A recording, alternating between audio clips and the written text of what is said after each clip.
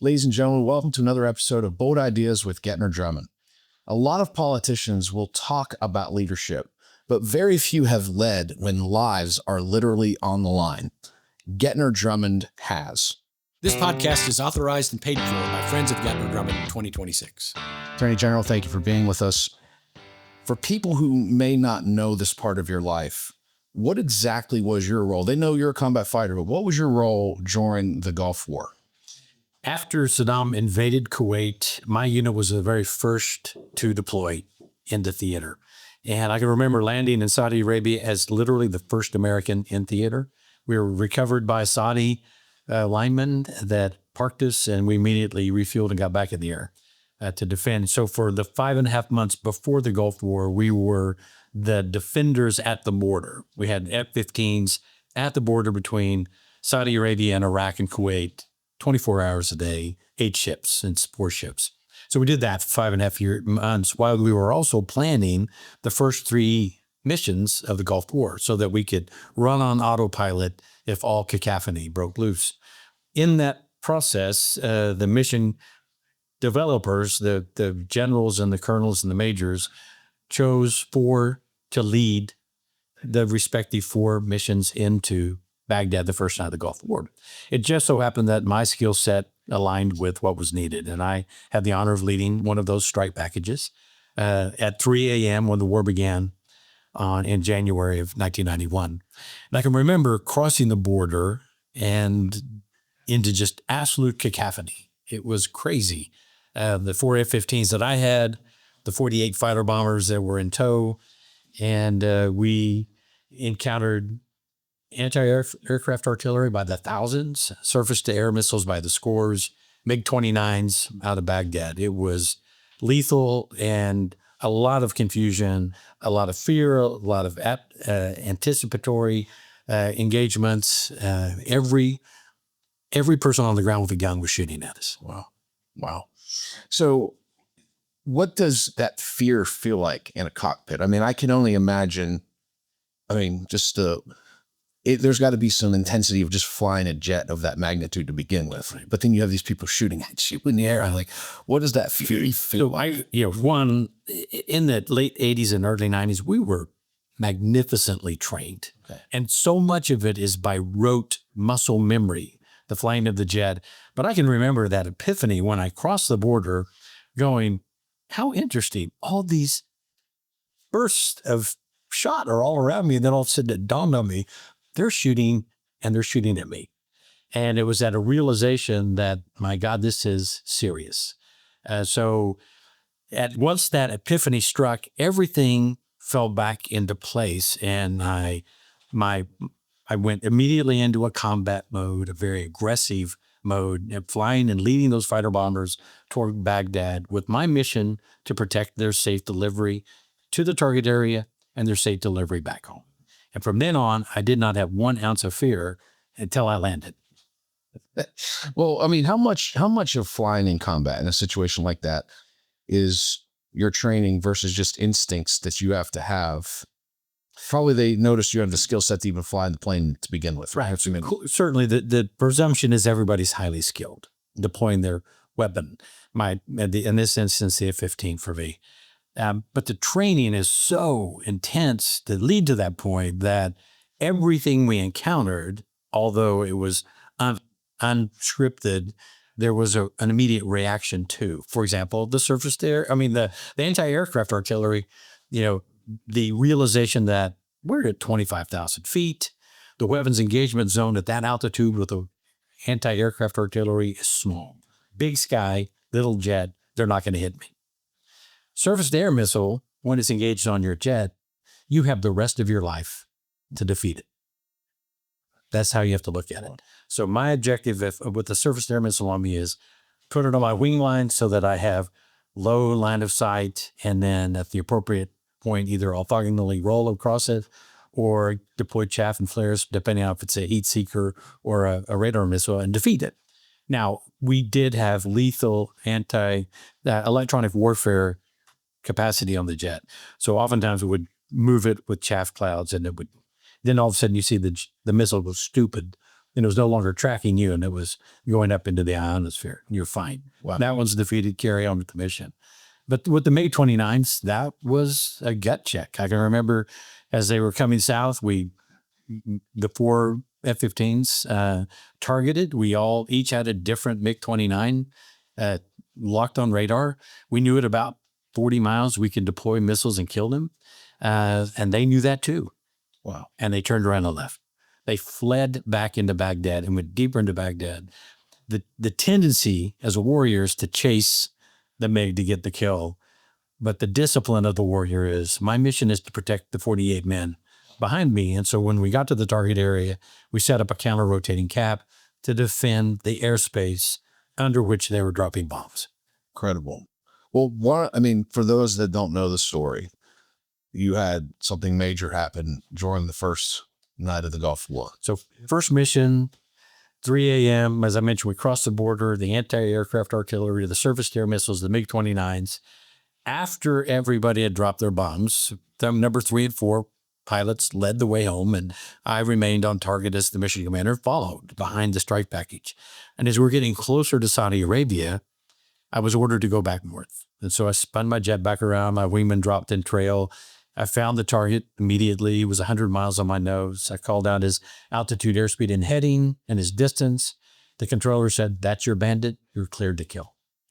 And in combat, you are able to kill beyond visual range if you have a positive identification by the cockpit, the pilot, or by a controller. And at 100 miles, I would not have been able to identify him as a hostile, but yet the controller told me, he is a bandit. You may kill him. So from then on, it was running my best intercept. I was at 32,000 feet, supersonic. I had missiles that I could engage at 45 miles. He'd blow up at 25 miles. He was at about 5,000 feet above the surface, and he was at a lower speed. So I knew he could only shoot me at about 12 to 15 miles. The missile would impact me at 8. So I knew he would explode before I got there. So I broke lock and I looked all around and I saw nothing else. It didn't make sense that a single fighter jet would be coming southbound almost on a suicide mission. You would expect a 4-ship at elevation to be lethal. He's a low, didn't make sense. And in that break lock and looking around, it dawned on me, this could be a pilot from my strike package that went north in the target area to safety instead of south. Realizing that, turned around and was separated by 100 miles. So I told my wingman I wasn't going to kill him. He was back 10 miles in trail. And I told him if his nose comes up, you kill him. But I'm going to run an intercept. I think he's a friendly. I'm going to bring him home. We had a little dialogue. He wanted me to just kill him and be done with it. But it was wrong. That would, in my cockpit, that would be wrong. Right. So I decided not to. When I didn't shoot at 45 miles, the controller queried missiles away, go negative from running an intercept. And the voice immediately came on and ordered me to kill. And I did it.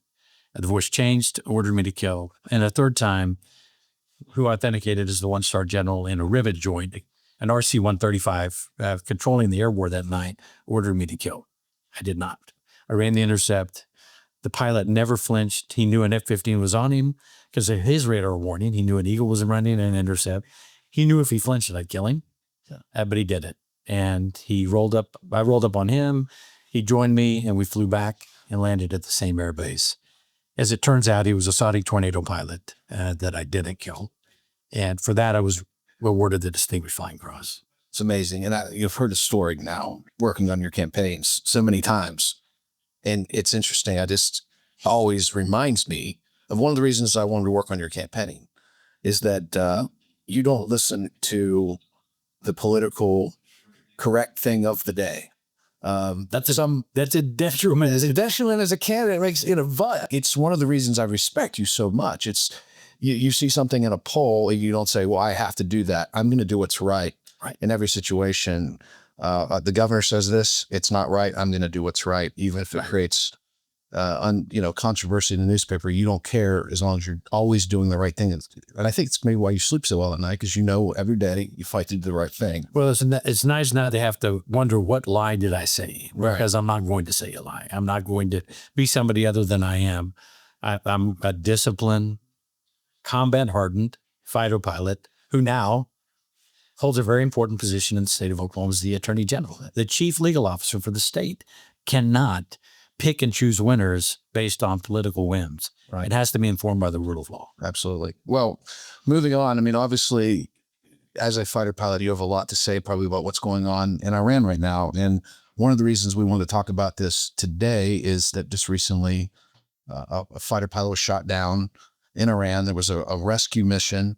Just tell us a little bit about, one, how are you trained for ejection in a situation like this? And have you ever had to eject? What are some of the difficult things that maybe you went through in combat, and maybe shed some light on a situation that's on the ground right now in Iran? So we fighter pilots are well trained in the ejection sequence of what must be done and when you make that decision. I was never in a position where my jet could not be flown home. Okay. Now, we talk about some of the occasions I had later in the podcast, but I always was able to bring the jet home. In this instance, the F-15E pilot and Wizzo, weapons system officer, their jet was hit by, more likely than not, a lethal heat-seeking missile that disabled the aircraft. We know it's not a sophisticated missile because it would have probably been emitting electronic energy for which it would have already been targeted on our targeting system. So it was more likely than not a man-carried heat-seeking missile that tracked the heat, shot the missile, it followed, and didn't kill the pilots. It went to the tailpipes where the heat is and exploded, disabling the engines. The pilot would have known immediately that I'm going down. And obviously, the more altitude you have, the better you are because it's safer. A low altitude ejection is more dangerous. Okay. Somebody I don't explain to an 8th grader like me here, Right. Why is it more dangerous at the lower altitude than the higher altitude? You just have more opportunity to fix things. I see. In the parachute. For example, I mean, the ideal would be straight and level, 250 miles an hour at 5,000 feet. Okay. Right? You eject, you're slow, you're not going to get the wind blast. You've got 5,000 feet to fix any deficiency with your parachute. You don't want to be too high. It's cold. It's okay. Right? And at really high altitude, your speed would be, you flail your skin. So ideally you'd be in that parameter that I mentioned here. I don't know what altitude they were, but he didn't have a choice. Got it. This is when we're getting out. If the pilot initiated it, the backseater would have gone first by a fraction of a second. He would have followed, and they would have been sent on opposite sides of the cockpit, and they got their parachutes clearly, and down they go. Once a pilot is out of his aircraft, he's no longer a combatant. So in the cockpit, you're a combatant and can be killed, but under the Geneva Convention. Outside the cockpit, you're a non-combatant. Unfortunately, Iraq and Iran do not recognize the Geneva Convention. So in my war and in this war, you knew you were a combatant without your jet. Okay. And so all you have is a survival knife and your 9mm. Wow. And so, but you also been trained. Every pilot is trained for 2 weeks on their survival training, which ends up the last few days in POW training. So every pilot has this common denominator of training, and we, the military, know your training and what your instinct is. So each of these pilots, when they hit the ground, they would have grabbed their rucksack, disengaged from the parachute, as it'll drag you around and hurt you. So first thing, parachute's off, grab your rucksack, which has water, food, radio, some survival equipment. You have your gun, and you run 1.5 miles as fast as you can. Okay. So we know the first, Leaving the parachute, everything there. Okay. You just run as fast. You disconnect, wrap, and run. And if you can get 1.5 miles away from the ejection site, the likelihood of survival goes up exponentially. Wow. Okay. Because they're going to go to that site and then begin to fan out from there. So by then you've gotten out. We know in the rescue side that the pilots are leaving the area. And we also have an encrypted beacon that will tell us where you are. Interesting. Right. So with those things at hand, the pilot was immediately located and picked up. The weapons system officer wasn't, but we knew where he was. Okay. And he hid himself in a crevice to protect himself. And with our drone technology and our helicopters and our standoff weapons, we were able to protect that weapons service officer and deploy deceptive tactics through the CIA to make the Iranians go elsewhere while we were organizing a search and rescue. And I was engaged in a surface as a search and rescue in the Gulf War. Okay. An A-10 pilot was shot down north of the border, and to watch the choreographed recovery actions protocol from my cockpit was amazing. Wow. So the F-15 provides the air cover at the top. Okay. So any fighter jet or helicopter comes in the area, we shoot them down. Okay. And then you've got the helicopters, and sometimes the C-140, 131, C-130. But here the helicopters really go in to extract the pilot to safety. In this instance, because of the complication, we landed the C-130s with a commando team because obviously the Iranians were so close and so populated around the target area, the extraction site.